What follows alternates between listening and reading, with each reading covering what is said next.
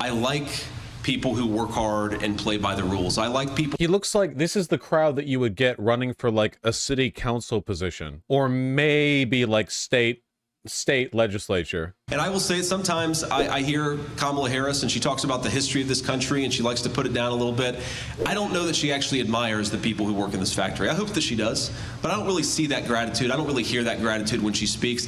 I certainly do, and I think that that's one of the reasons why I'd make a good vice president, is because I actually care about the people standing behind. Dude, the people around him really do not look like they want to be here. They look like their boss told them. They look like their boss donated $20,000 to Trump's reelection, and he told them they'll be fired if they don't show up here, basically. If there's a single issue around which I think Governor Walz has to answer when it comes to his record, this is a guy who says that he stands for public safety, but actively encouraged the rioters who burned down Minneapolis. And I think that if you want to say you stand for public safety, you cannot look the American people in the eye and say, well, I welcome the people who caused $13 billion of damage to Minneapolis because I encouraged them to burn my city to the ground rather than exercise some basic self-control. Never forget that in Minneapolis, the police precinct that was burnt down, it was burnt down by a Trump supporter. Ivan Harrison Hunter, a Texas right-wing extremist, bragged about helping to set the fire on the Minneapolis police precinct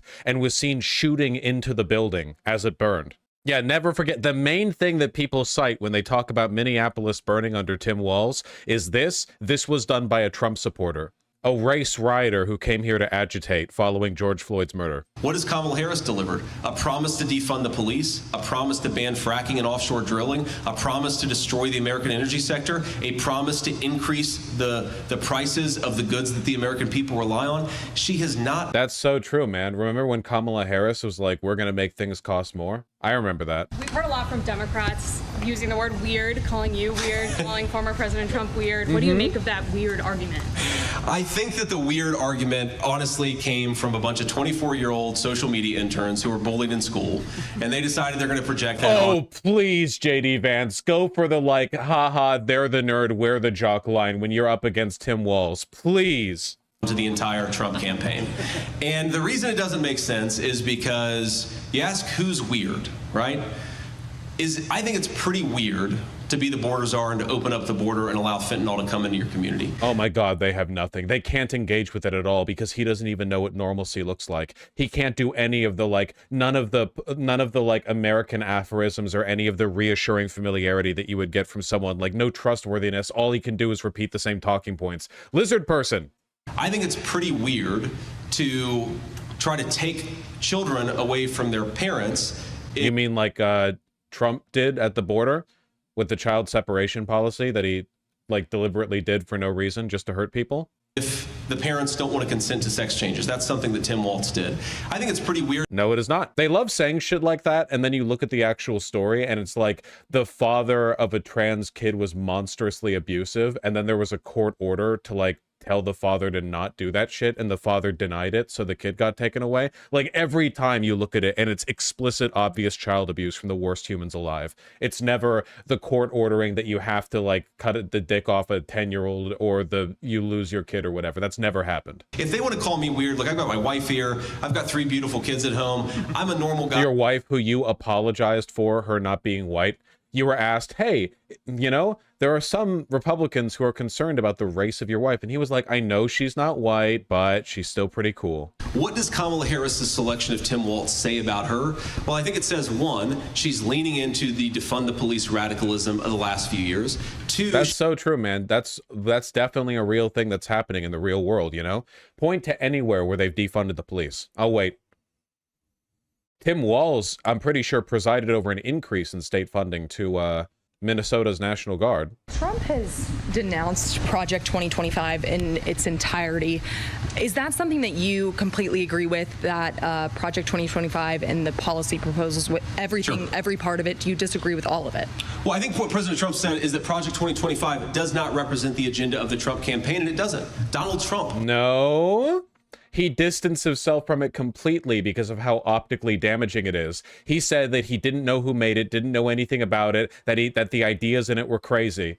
represents the agenda of the Trump campaign. He's a very smart guy. He already had a lot of good... Remember, J.D. Vance was almost certainly pushed for because he would be the architect of Project 2025. The Heritage Foundation guys knew that Donald Trump wouldn't be principled or intelligent enough to actually orchestrate this plan bit by bit, so they wanted somebody in there who could be their ghoulish little minion, you know? And they chose J.D. Vance, who again did indeed write the forward for the presider of the Project 2025. Like, he is in it. You know? And I think what's made the president so mad about the conversation around Project 2025 is anybody saying that an outside group, my understanding is it's a bunch of white papers, it's almost 1,000 pages long, no one speaks for Donald Trump. Not 1,000 pages of white papers, not a conservative... Notice how he's not denouncing it at all. Notice how he hasn't denounced it, because these are the people who he's on the payroll of. He hasn't denounced it. Trump has. Trump has denounced it. On Truth Social, he has directly said, this is crazy, I don't agree with it. But J.D. Vance can't because this is why he's here. It sounds like a conspiracy, but it's the most obvious thing in the world. J.D. Vance is literally a plant that they put in to ensure that Donald Trump got Project 2025 done. The Republican Party knows that once Donald Trump is dead, which he will be soon because he's like fucking 90 years old, once he's dead, the Republicans have no electorally viable pathway to the White House. Trump was their candle flame. And once he's out, once he's done, that's it. It's going to take them a while to build that kind of momentum behind anyone else. They're not going to be able to unite the broad base that Trump has. They don't have anyone else with the energy. They tried to with DeSantis and failed miserably. Why doesn't he denounce it? For one, he's not very charismatic. For two, he doesn't know how much he can denounce it without upsetting his masters. And for three, I think that he's delusional enough to believe that he can still sell it to the American people. The weird thing keeps coming up. I know you said that was interns. The first time we heard it on cable news was with Walz. He took that. Yep, he tried. J.D. Vance trying to pretend that it was just some Twitter shit posters when it was his direct competitor who came up with this line that like instantly took off. Insult all the way to the Democrat ticket, clearly convincing Democrats of these claims. What are you going to do to combat the independent voters and prevent them from saying that you're weird? Yeah, so... It's going great, guys. It's going fantastically. It's going wonderfully. This is exactly the line you want. Why would people in Wisconsin want to have a beer with you?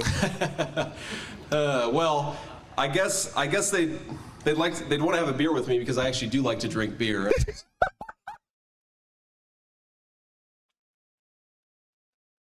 Dog, you're not even human. You're not even a real fucking person. Jesus Christ, dude. I'm never forgiving the Democratic Party for letting it get this close when their opposition is like the most inhuman freaks in the world. Jesus Christ. Ha ha ha ha ha. Well, I guess they'd want to have a beer with me because I do like to drink beer. Even the way I just said it was more human than the way he said it. I added more warmth to that.